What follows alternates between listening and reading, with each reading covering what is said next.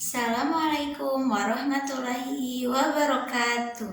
Alhamdulillah anak-anak kita bisa berjumpa kembali dalam virtual pembelajaran. Nah, kali ini kita belajar lagi bersama Bu Ani. Sekarang kita akan mempelajari tema 1, subtema 4, yaitu pada pembelajaran 4, 5, dan 6. Anak-anak kelas 3 yang Ibu cintai, sebelum kita memulai pembelajaran virtual ini, mari kita awali dengan membaca doa. Kita taus bersama-sama ya. A'udzubillahi minasyaitonirrajim. Bismillahirrahmanirrahim.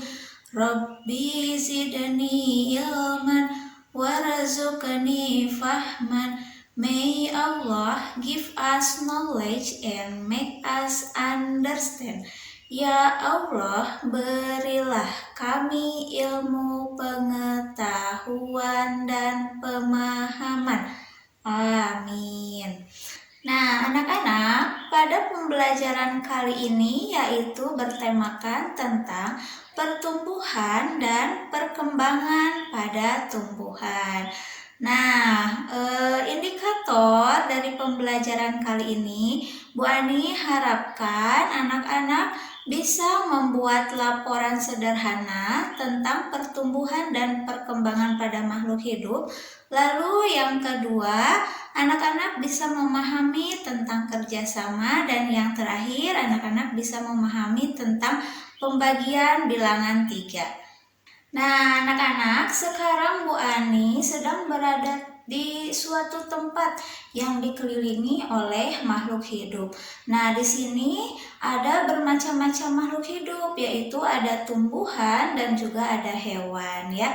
Nah, seperti apa yang anak-anak lihat, anak-anak bisa mengamati dari makhluk hidup yang ada di sekitar Bu Ani. Nah, kan di sini makhluk hidupnya ada tumbuhan dan hewan, yaitu ada 2 tumbuhan, ada bunga mawar dan juga ada pohon jambu. Nah, kalau hewannya yaitu ada kucing. Nah, setelah anak-anak mengamati tumbuhan dan hewan tersebut, anak-anak bisa menceritakan sesuai apa yang telah anak-anak lihat.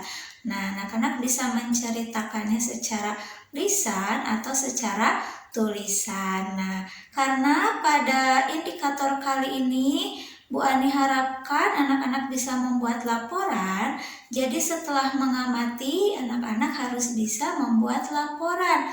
Nah, laporannya tentu masih laporan yang sederhana. Nah, apakah anak-anak tahu apa itu laporan? Oke, Ibu Ani akan jelaskan. Jadi, anak-anak, laporan adalah tulisan yang dibuat berdasarkan dengan hasil pengamatan. Nah, laporan sederhana ini dapat disusun dengan runtut. Runtut itu artinya sesuai dengan langkah-langkah ya, dan juga harus menggunakan kosakata yang baku. Apa itu kosakata baku? Nah, perlu anak-anak ketahui bahwa kosakata baku itu adalah kata yang sesuai dengan pedoman umum ejaan bahasa Indonesia. Pastinya kata yang baku itu ada di KBBI atau Kamus Besar Bahasa Indonesia. Nah, anak-anak, untuk mempermudah kalian dalam membuat suatu laporan sederhana, anak-anak juga harus bisa memperkaya kosakata. Nah, ada beberapa cara untuk menguasai kosakata, yaitu yang pertama, anak-anak harus rajin membaca ya. Nah, karena dengan membaca nanti anak-anak bisa menemukan kosakata yang lain atau kosakata yang baru anak-anak temukan. Nah, anak-anak bisa membaca buku pelajaran, bisa membaca koran, bisa membaca berita di internet, ataupun membaca komik serta novel. Nah, cara yang kedua yaitu ketika ketika membaca, anak-anak harus menandai kosakata yang tidak dipahami. Nah, jadi nanti kalau misalkan ada kosakata yang tidak dipahami, barulah anak-anak mencari apa arti atau apa makna dari kosakata tersebut. Lalu, apa saja yang harus dituliskan dalam membuat laporan? Nah, dalam membuat laporan, kita dapat menuliskan nama makhluk hidupnya, terus jenis makhluk hidupnya, ciri-ciri makhluk hidupnya, tempat hidup makhluk hidup itu di mana. Nah, terus makanannya apa, keadaannya seperti apa, dan juga cara perkembangbiakannya seperti apa. Nah, itu yang dapat ditulis oleh anak-anak ketika membuat laporan sederhana. Sekarang Bu Ani akan memberikan satu contoh ya. Satu contoh laporan yang bisa kalian buat, misalnya laporan tentang cara perkembangbiakan pada tumbuhan. Nah, berikut Bu Ani akan tampilkan contoh laporan sederhananya ya. Anak-anak bisa melihat tata cara pembuatan laporan sederhana pada halaman 88. Nah, ini termasuk keterampilan kinerja praktik yang nanti juga anak-anak akan membuat laporan pada halaman ini. Nah, Bu Ani akan memberikan sedikit contoh terlebih dahulu ya. Nah, ini ada judul membuat laporan tentang cara perkembangbiakan tumbuhan. Nah, nanti ini akan dijadikan tugas juga. Tugasnya untuk semua anak-anak. Jadi ini tugas individu. Nah, anak-anak perhatikan nomor 2. Pilihlah 2 tumbuhan yang ada pada gambar-gambar berikut. Nah, jadi nanti anak-anak memilih 2 gambar saja. Nah, sekarang Bu Ani akan mencontohkan tumbuhan wortel dan kentang ya. Lalu perhatikan nomor 3. Nah, jadi ini anak-anak harus mengamati tentang cara perkembangbiakannya. Nomor B, bagian yang dapat dikonsumsi. Sama C, persamaan dan perbedaannya itu apa. Nah, lalu tuliskan hasil diskusimu dengan melengkapi tabel seperti berikut. Jadi sebelum membuat laporan sederhana, anak-anak harus mengisi tabel ini dulu ya. Nah, karena Bu Ani akan mengambil contoh wortel dan kentang, maka Bu Ani tulis di kolom nama tumbuhannya yaitu wortel dan kentang. Nah, lanjut ke kolom berikutnya. Cara berkembang biak. Wortel itu cara berkembang biaknya dengan umbi akar. Nah, nanti akan menjalar wortelnya. Nah, kalau kentang itu dengan umbi batang. Lalu kolom berikutnya, bagian yang dapat dikonsumsi. Nah, wortel itu yang dapat dikonsumsinya umbinya, bukan daunnya ya. Karena kan di gambar ada daun, ada batang, dan juga ada umbinya. Nah, yang dimakan itu umbinya atau wortelnya. Nah, kalau kentang juga sama, yang dimakan itu umbinya. Nah, persamaannya apa? Persamaan dari kedua tumbuhan tersebut. Wortel dan kentang itu tergolong pada kelompok sayuran. Nah, kalau perbedaannya apa? Perbedaannya yaitu cara berkembang biak. Nah, kalau wortel berkembang biaknya menjalarkan akar. Nah, kalau kentang itu perkembangbiakannya dengan umbi batang. Nah, setelah anak-anak mengisi tabelnya, nah lalu buatlah laporan sederhana. Perhatikan nomor 5 ya. Buatlah laporan sederhana berdasarkan tabel pengamatan. Bagaimana cara membuatnya? Nah, nih contoh laporan sederhana. Jadi setelah membuat tabel, anak-anak tulis ini di buku tulis. Nah, ada judulnya. Judulnya yaitu Laporan Pengamatan Tumbuhan oleh siswa kelas 3 SD. Nah, lalu ada nama pengamatnya. Nah, kan yang mengamatinya Bu Ani. Jadi, Bu Ani tulis nama pengamatnya yaitu Ani Maisarani. Jadi, nanti isi namanya sesuai nama kalian. Nah, lalu ada hal yang diamati. Nah, yang diamatinya yaitu dua tumbuhan yang ada pada gambar halaman 88. Nah, waktu pengamatan. Nah, Bu Ani mengamatinya di hari Kamis, tanggal 5 Agustus 2021. Tujuan pengamatannya yaitu yang tadi untuk mengetahui cara berkembang biak, bagian yang dapat dikonsumsi, persamaan, serta perbedaan tumbuhan. Nah, jadi tujuan pengamatannya lihat ke poin nomor 3. Nah, lalu hasil pengamatannya seperti apa? Nah, ini hasil pengamatannya sesuai dengan tabel. Nah, saya mengamati wortel dan kentang. Nah, nanti anak-anak berbeda lagi. Jangan sama dengan contoh yang diberikan oleh Bu Ani ya.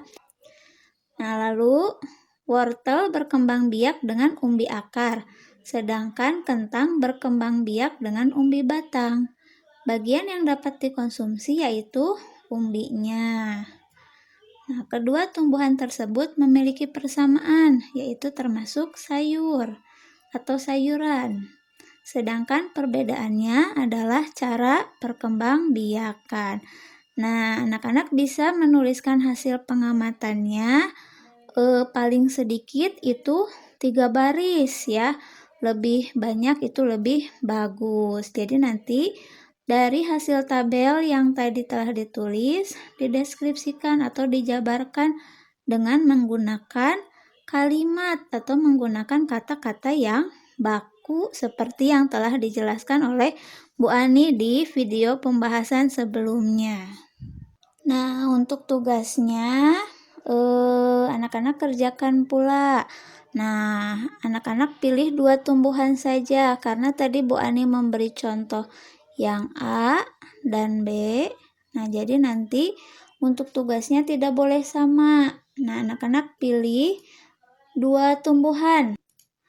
Misalkan mau wortel dan bawang bombay atau mau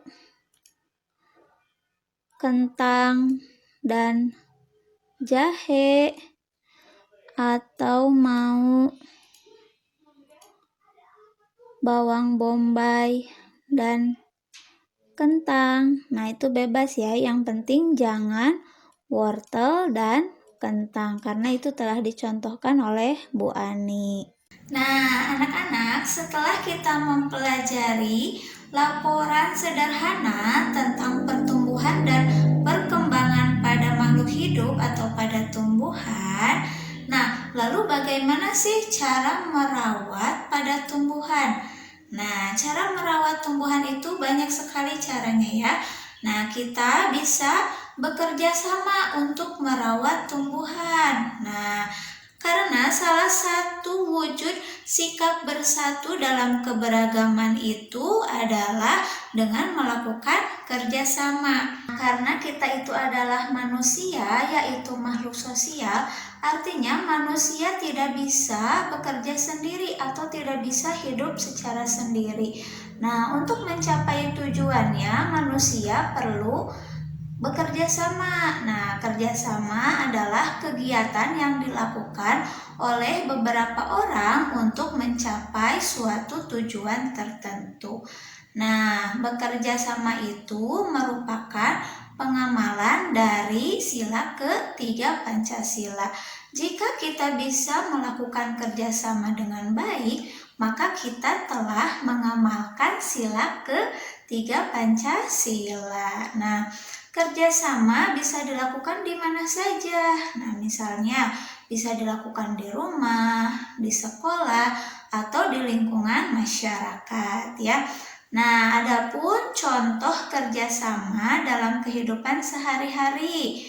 Nah, banyak sekali contohnya, yaitu yang pertama melakukan permainan kelompok, yang kedua tadi telah disebutkan sama Bu Ani, merawat tumbuhan, secara bersama-sama ya, atau merawat tumbuhannya bersama keluarga. Nah, yang ketiga, melakukan kegiatan menanam pohon bersama-sama. Yang keempat, bekerja sama membersihkan halaman rumah. Lalu ada juga menyiapkan makanan pagi bersama ibu. Nah, anak-anak, kerjasama itu banyak manfaatnya.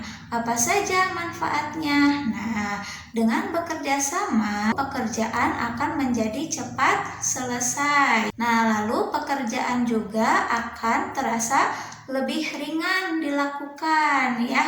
Nah, terus ya, yang selanjutnya manfaat kerjasama itu yaitu memperkuat tali silaturahmi atau memperkuat persaudaraan dan persahabatan, karena kerjasama kan dilakukan oleh beberapa orang ya.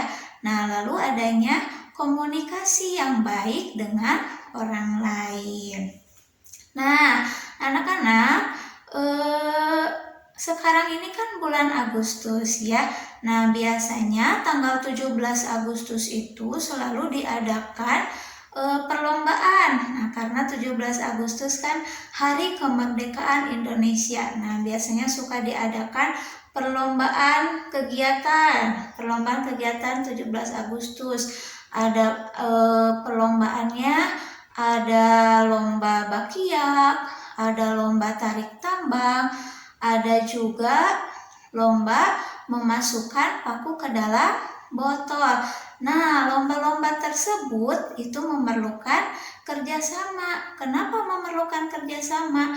Agar perlombaan tersebut bisa mencapai kemenangan. Jadi kalau ada kerjasama yang baik, nah nantinya manfaatnya akan ada kemenangan juga ya.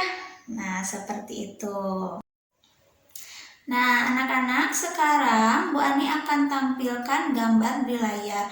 Yaitu Bu Ani akan menampilkan contoh kerjasama. Nah, di sini ada sebuah perkebunan. Di sebuah perkebunan ada beberapa petani yang sedang bekerja sama. Nah, mereka akan menanam 615 pohon apel. Nah, pohon-pohon tersebut akan ditanam ke dalam 3 baris sama banyak. Lalu pertanyaannya, berapa pohon yang ada di dalam setiap baris tersebut? Untuk menjawab pertanyaan yang barusan, kita bisa mengerjakannya dengan cara pembagian. Nah, tentunya anak-anak telah mempelajari tentang pembagian ya. Nah, waktu hari sebelumnya anak-anak sudah belajar pembagian bersama Bu Resti, dan di kelas 2 juga anak-anak sudah belajar konsep pembagian. Nah, sekarang sama Bu Ani, anak-anak akan belajar pembagian dengan bilangan 3 angka. Nah, ada 3 poin penting yang harus diperhatikan oleh anak-anak. Poin yang ke-1, anak-anak harus hafal perkalian dari 0 sampai dengan 10. Nah, yang kedua, anak-anak harus membagi satu persatu. Nah, kalau misalkan tidak bisa dibagi satu persatu, boleh membagi 2 angka ya. Nah, lalu yang ketiga, penurunan 1 angka hanya boleh dilakukan setelah pengurangan. Nah, itu 3 poin penting yang harus diingat. Nah, untuk menjawab pertanyaan yang tadi, ayo kita praktekkan dan ayo kita cari jawabannya. Anak-anak, berikut cara pengerjaan pembagian dari bilangan 3 angka dengan cara bersusun atau dengan cara bagi kurung. Nah, ini bilangannya, yaitu 615 dibagi 3. Nah, bagaimana ya cara mengerjakannya? Nah, seperti yang sebelumnya telah dijelaskan, yaitu dengan cara membagi kurung. Nah, jadi seperti ini penulisannya. Nah, angka 615 disimpan di dalam kurung. Nah, ini sebagai bilangan yang dibagi. Nah, angka 3 itu disimpan di luar kurung. Nah, angka 3 ini sebagai bilangan pembagi. Nah, Bu Ani tampilkan langkah-langkahnya. Nah, ini langkah ke-1 ya.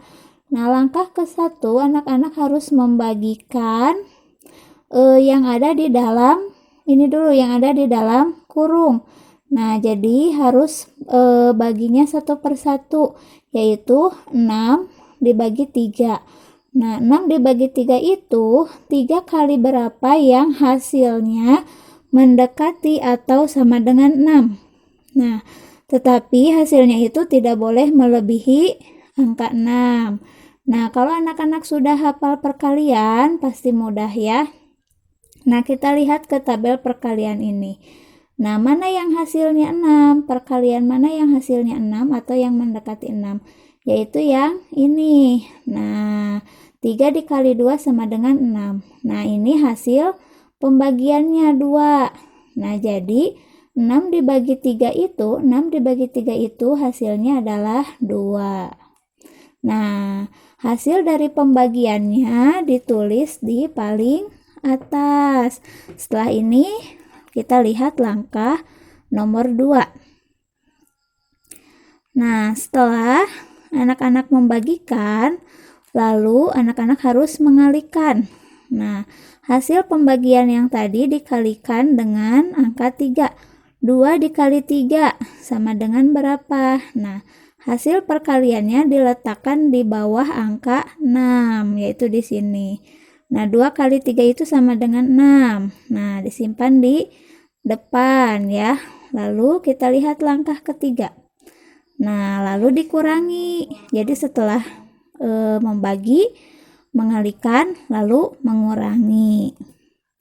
Nah, cara menguranginya itu, kalau pembagian itu dari depan ya. 6 dikurangi 6 sama dengan 0. Nah, setelah ini gimana? Nah, memang kalau di dalam pembagian itu hasilnya harus sampai 0. Nah, tetapi ini belum beres ya. Lalu langkah selanjutnya, langkah keempat, turunkan angka 1.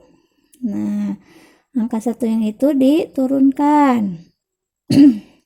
Nah, karena kita membaginya 1 per 1, nah dan ini sudah diturunkan. Nah, kita lihat, ini kan sudah ada 2 angka. Kalau ada angka 0 di depan, ini tidak dianggap, artinya dicoret. Nah, jadi tinggal 1 dibagi 3. Kita lihat dulu ya langkah berikutnya. Nah, lalu kita tinggal membagi 1 dibagi 3.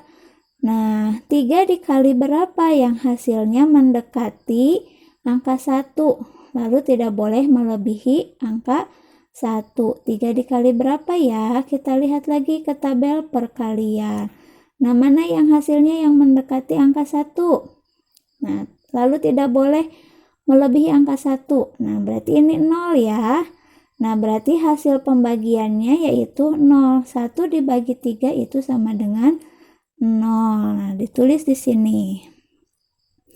Nah, setelah itu 0 dikali 3. Nah, udah membagi, lalu mengalihkan 0 dikali 3. 0 kali 3 sama dengan 0. Nah, disimpannya di sini, bukan di sini lagi, karena ini sudah tidak dianggap. Harus dicoret ya. Nah, setelah dikali, langkah selanjutnya dikurang. Nah, 1 kurangi 0. 1 kurang 0 sama dengan 1. Nah, lalu setelah itu langkah ke-8 turunkan. Jadi pokoknya setelah mengurangi, nah menurunkan bilangan selanjutnya yaitu angka 5. Kita turunkan angka 5. Nah, baru udah gini lanjut lagi ke langkah pembagian. Nah, jadi nih langkahnya 15 dibagi 3. Nah, 3 kali berapa yang hasilnya mendekati angka 15? Nah, 3 kali berapa yang mendekati angka 15? Ini hasilnya 15. Nah, berarti 3 dikali 5. Nah, ini hasil pembagiannya. Nah, berarti 15 dibagi 3 itu sama dengan 5. Nah, setelah membagi harus ingat, harus mengalihkan. Nah, jadi 5 dikali 3. Ini ya. 5 dikali 3 sama dengan 15. Setelah mengalihkan, lalu mengurangi lagi. Nah, 15 kurang 15 sama dengan 0.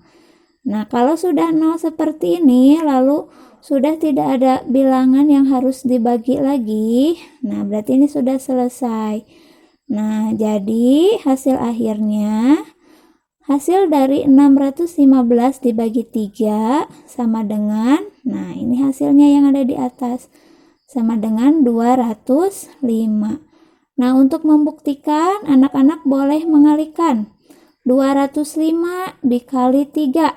Nah, kalau hasilnya sama dengan ini, sama dengan yang ada di dalam kurung, berarti itu sudah betul. Ya, anak-anak, setelah ini Bu Ani akan membahas contoh soal latihan yang kedua ya. Nah, ini soalnya. 720 dibagi 6 sama dengan, nah kita tulis dengan cara bersusun atau dengan cara membagi kurung. Nah, yang di dalam kurungnya yaitu bilangan 720.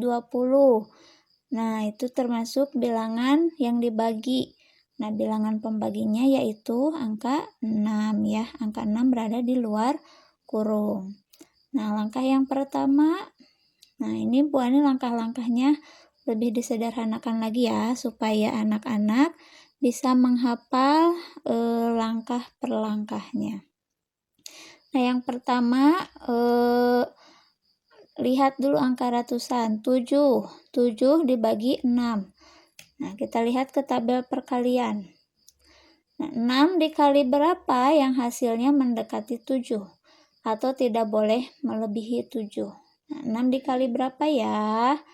Yang hasilnya mendekati angka 7. Nah, di sini kan tidak ada angka 7, tetapi yang mendekati angka 7 atau tidak boleh melebihi angka 7, yaitu 6. Berarti 6 dikali 1. Nah, ini hasil pembagiannya. Jadi, 7 dibagi 6 itu sama dengan 1. Nah, lalu setelah ini langkah kedua, setelah membagi langsung dikali. 1 dikali 6 sama dengan 6. Setelah mengalihkan, mengurangi. 7 dikurangi 6 sama dengan 1. Nah, setelah mengurangi, anak-anak harus menurunkan satu angka, yaitu angka selanjutnya, yaitu angka 2. Diturunkan jadi 12 ya. Nah, Bu Ani tidak tulis lagi langkah selanjutnya. Nah, kita sambil menghafal. Setelah ini, setelah menurunkan itu, kembali lagi ke langkah pertama, yaitu membagi. 12 dibagi 6. Nah, 6 dikali berapa yang hasilnya 12? Nah, ini ya, 6 dikali 2. Nah, berarti ini hasil pembagiannya. 12 bagi 6 sama dengan 2. Lalu setelah membagikan, mengalihkan. 2 dikali 6. Ini ya, 2 dikali 6. 2 kali 6 sama dengan 12. Setelah mengalihkan, mengurangi. 12 dikurangi 12 sama dengan 0. Setelah mengurangi, menurunkan angka selanjutnya. Nah, turunkan angka 0. Nah, ini sudah 2 angka ya. Nah, kalau ada 2 angka gini, nah angka 0 yang pertamanya ini dihilangkan atau dianggap tidak ada. Nah, lalu bagi lagi. 0 dibagi 6 sama dengan berapa dikali 6 yang hasilnya 0? Nah, berarti dikali 0. Nah, berarti 0 bagi 6 itu sama dengan 0. 0 kali 6 sama dengan 0. Lalu dikurangi. Nah, 0 dikurangi 0 sama dengan 0. Nah, ini sudah selesai nih hasilnya. Nah, lalu kita tinggal menuliskan hasilnya. Jadi, 720 dibagi 6 itu sama dengan 100 20. Seperti itu ya. Alhamdulillah, pembelajaran kita hari ini sudah selesai. Terima kasih teman-teman hebat sudah mengikuti pembelajaran hari ini dengan sangat baik. Semoga apa yang kita pelajari hari ini dapat bermanfaat. Mari kita cukupkan pertemuan hari ini dengan sama-sama mengucap hamdalah. Alhamdulillahirabbil alamin. Budiana akhiri, wabillahi taufik wal hidayah. Wassalamualaikum warahmatullahi wabarakatuh.